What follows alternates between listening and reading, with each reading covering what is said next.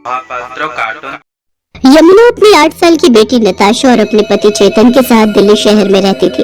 यमुना का हंसता खेलता छोटा सा परिवार था, मगर एक रोज यमुना के पिताजी और उसकी छोटी बहन मेघा उनके घर आते हैं और यमुना से कहते हैं, यमुना बेटी, अब तुम ही समझाओ अपनी बहन को। मैंने कितनी मुश्किल से इसके लिए लड़का देखा है और ये है कि उससे शादी करने के लिए मना कर रही है। दीदी, मुझे नहीं करनी उस काले लड़के के साथ शादी। मैं तो जीजा जी जैसे सुंदर लड़के से ही शादी करूंगी। देखो देखो देखो तो जरा, इसे सुंदर लड़के से शादी करनी है। अरे घर का काम धाम कुछ आता नहीं है, एक नंबर की काम चोर है। और मेरी यमुना बेटी तो सभी काम में सर्वगुण संपन्न है। दूसरी ओर ये मेघा, यमुना बेटी, मैं कुछ दिनों के लिए मेघा को तेरे पास छोड़कर जा रहा हूँ। इसे घर के काम धाम तौर तरीके सिखा देना। ऐसा बोलकर पिताजी वहाँ से चले जाते हैं। मेघा मन ही मन बोलती है, यमुना दीदी की शादी इतने सुंदर लड़के से करा दी और मेरी शादी काले लड़के से करना चाहते हैं। ऐसा मैं कभी नहीं होने दूंगी। मुझे तो शुरू से ही जीजा जी पसंद थे, पर शादी इस यमुना की हो गई। जब भी मुझे कोई चीज पसंद आती है तो वो इस यमुना को मिल जाती है, पर अब मैं अपने साथ ऐसा नहीं होने दूंगी। जो चीज मुझे पसंद है उसे मैं हासिल करके ही रहूंगी। फिर अगले ही दिन यमुना मेघा से कहती है, मेघा, आज किचन का सारा काम तुझे ही करना है, इसलिए जल्दी से नहा धोकर किचन में आ जाना। तभी वहाँ चेतन आता है। मेघा चेतन को देखकर बोलती है, अरे वाह जीजा जी, आप तो इस सूट बूट में एकदम हीरो लग रहे हो। आज तो अपने स्मार्ट जीजा जी को अपने हाथों का बना हुआ नाश्ता कराऊंगी। मौसी, मेरे लिए एक बढ़िया सा सैंडविच बनाना। हाँ हाँ, क्यों नहीं मेरी चीनी मलाई। ऐसा बोलकर मेघा किचन में जाती है और यमुना का बनाया हुआ नाश्ता ले जाकर चेतन और नताशा को खिलाती है। फिर इसी तरह कुछ दिन बीत जाते हैं, पर मेघा घर का कोई काम नहीं करती। एक दिन मेघा के फोन पर उसके पिताजी का फोन आता है। मेघा, मैं 2 दिन बाद तुझे लेने आ रहा हूँ। मैंने कालू राम से तेरा रिश्ता तय कर दिया है और कुछ दिनों में उससे तेरी शादी है, इसीलिए अपना बैग पैक करके तैयार रहना। मेघा को पिताजी की बात से बहुत गुस्सा आता है। कुछ भी हो जाए, मैं उस कालू राम से शादी नहीं करूंगी। अब तो इस दीदी का भी कुछ करना ही होगा। जब देखो मेरे पीछे पड़ी रहती है, कभी खाना बना, कभी पोछा लगा। अगले दिन मेघा यमुना को सीढ़ी से धक्का दे देती है। सीढ़ी से गिरते यमुना की मौत हो जाती है। यमुना की मौत के कुछ दिनों बाद ही मेघा अपने पिताजी को अपनी बातों में बहला फुसला कर चेतन से अपनी शादी करने के लिए मना लेती है और फिर कुछ ही दिनों में चेतन और मेघा की शादी हो जाती है। शादी के कुछ दिनों तक तो सब ठीक चलता है, पर कुछ दिनों के बाद मेघा को घर के काम करना अच्छा नहीं लगता। उसे तो बस फोन में गेम खेलना और अपनी सहेलियों से गप्पे मारना पसंद था। एक दिन नताशा मेघा से बोलती है, मौसी, ठंड का मौसम शुरू हो गया है। मुझे ठंड में पहनने वाले अच्छे से स्वेटर और जैकेट चाहिए और मस्त से शूज भी। नताशा, कितनी बार कहा है कि अब मैं तेरी मौसी नहीं, माँ हूँ माँ, पर तू एक ही समझती नहीं। एक तो मैं पहले ही इस गर्मी के मौसम से दुखी थी और अब ये ठंड का मौसम। हाय रे, सुबह सुबह ठंड में उठो, खाना बनाओ, घर का काम करो। मेघा की बात सुनकर नताशा को हंसी आ जाती है और वो जोर जोर से हंसने लगती है।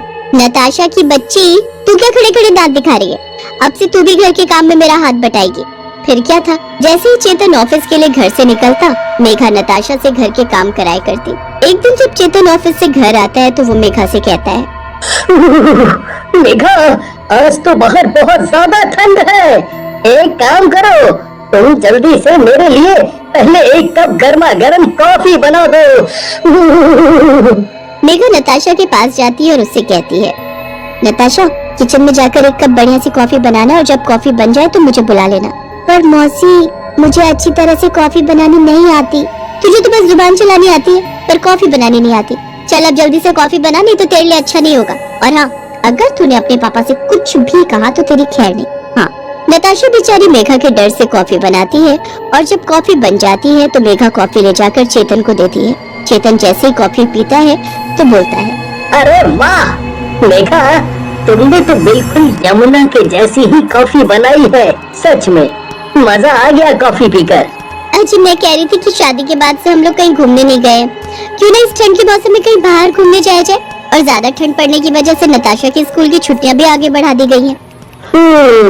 मगर मेघा, मुझे तो कल ही ऑफिस के काम से मुंबई जाना है और वो भी 1 हफ्ते के लिए। पर तुम उदास मत हो, मैं मुंबई से आते ही तुम दोनों को शिमला लेकर चलूंगा। मगर मेघा, मेरे जाने के बाद तुम नताशा का ठीक से ध्यान रखना। अजी आप चिंता न करो, मैं मेघा का बहुत ही अच्छी तरह से ध्यान रखूंगी।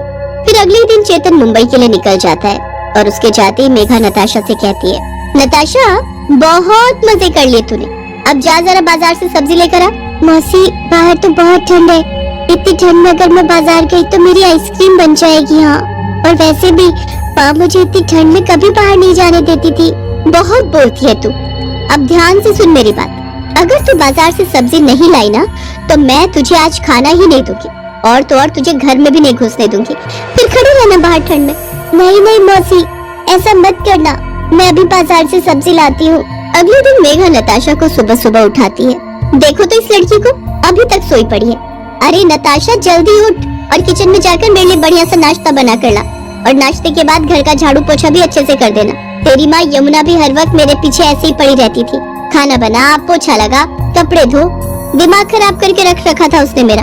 अच्छा है मर गई। फिर क्या था, बेचारी नताशा को मेघा के बताए घर के सभी काम अकेले ही करने पड़ते थे, और वहीं दूसरी ओर मेघा पूरा दिन आराम करती। नताशा किचन में खड़ी होकर रोने लगती है और रोते हुए अपनी माँ को याद करते हुए बोलती है, माँ माँ मुझे छोड़ के क्यों चली गई? मौसी बहुत बुरी है माँ, जब आप मेरे पास थी तो मुझे कभी घर का कोई काम नहीं करने दिया। मुझे आपके पास आना है माँ, आपके पास आना है। नताशा को बहुत ठंड लगती है, इसलिए वो नाश्ता बनाकर अपने कमरे में सोने चली जाती है। कुछ देर बाद मेघा अपने कमरे से बाहर आती है और देखती है कि नताशा ने घर का कोई काम नहीं किया है, तो वो गुस्से से नताशा के पास जाती है और उसे बिस्तर से उठाकर बोलती है, घर का सारा काम पड़ा है और कल चेतन भी मुंबई से घर वापस आने वाले हैं और तू तो बिस्तर में लेटी पड़ी है। फिर मेघा नताशा का हाथ पकड़कर उसे घर से बाहर निकाल देती है। अब खड़ी रहे इस कड़कती ठंड में। मरने के बाद यमुना एक चुड़ैल बन गई थी। यमुना चुड़ैल के रूप में दूर खड़ी होकर अपनी बेटी को रोते हुए देख रही होती है। हे भगवान, मेरी फूल सी बच्ची को मेरी बहन ने इतनी ठंड में घर के बाहर खड़ा कर दिया है और मैं यहाँ दूर खड़ी होकर उसे रोता हुआ देख रही हूँ। हे भगवान, मैंने कभी किसी का बुरा नहीं किया, फिर मुझे और मेरी बच्ची को ये कैसी सजा मिल रही है?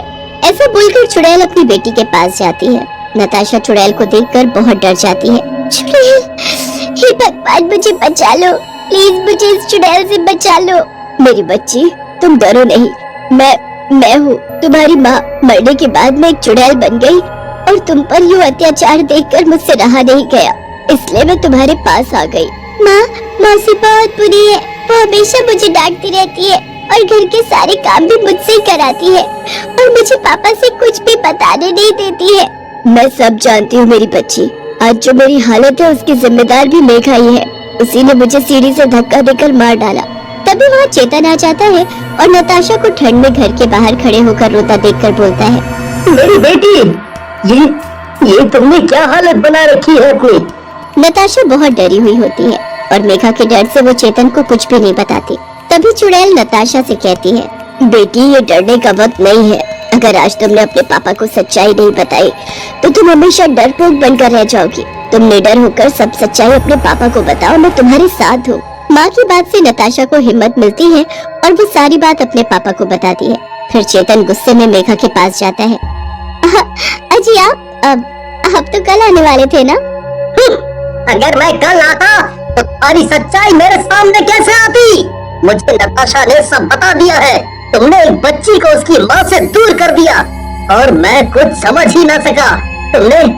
तुमने मेरी यमुना को मार डाला ताकि तुम मुझसे शादी कर सको।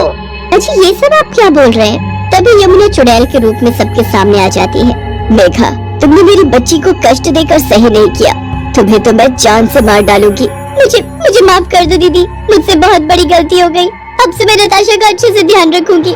फिर क्या था, चेतन तुरंत मेघा को पुलिस के हवाले कर देता है। मेघा को सजा होते ही चुड़ैल भी वहाँ से चली जाती है। अब चेतन अकेले ही अपनी बेटी नताशा का बहुत अच्छे से ध्यान रखता था, उसे माँ और बाप दोनों का प्यार देता था। मेघा के चले जाने से नताशा भी बहुत खुश थी।